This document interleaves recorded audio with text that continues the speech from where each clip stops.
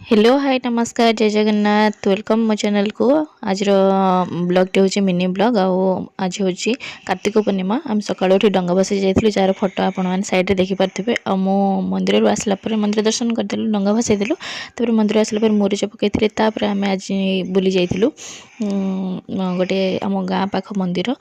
तारिणी मंदिर खंकीरा तारिणी मंदिर एपट लाइन जो मैंने सब जानीपे तो आम से मंदिर दर्शन कलु बहुत बढ़िया से दर्शन कलु गुनु चारिपाख बहुत एंजॉय करूला आउ गुनु को भी समस्त एंजॉय करते गुनु जो सब कम करते आप देखिपे तो आम मंदिर देखते मंदिर चारिपाख मुझे पूरा भ्यू दे दूसरी और जहाँ को यहाँ पसंद समस्ते ये जगह को जाकि निश्चय बुलिक आसबे मंदिर माँ को दर्शन करके आसबे देखु तो